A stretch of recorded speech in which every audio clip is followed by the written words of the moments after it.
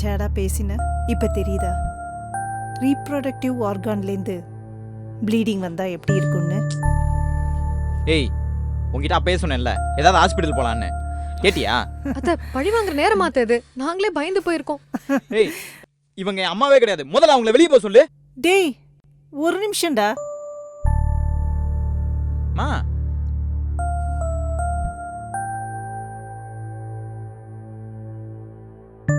இது என்ன தெரியுமா? இந்த டேப்லெட்டுக்கு பேரு ரோல் சேஞ்சர். என்ன கேட்டா இந்த செஞ்சுரியோட மிகப்பெரிய கண்டுபிடிப்புன்னு சொல்லுவேன். இந்த டேப்லெட்டை கண்டுபிடிச்சதுக்கான உன்னதமான நோக்கம் என்ன தெரியுமா?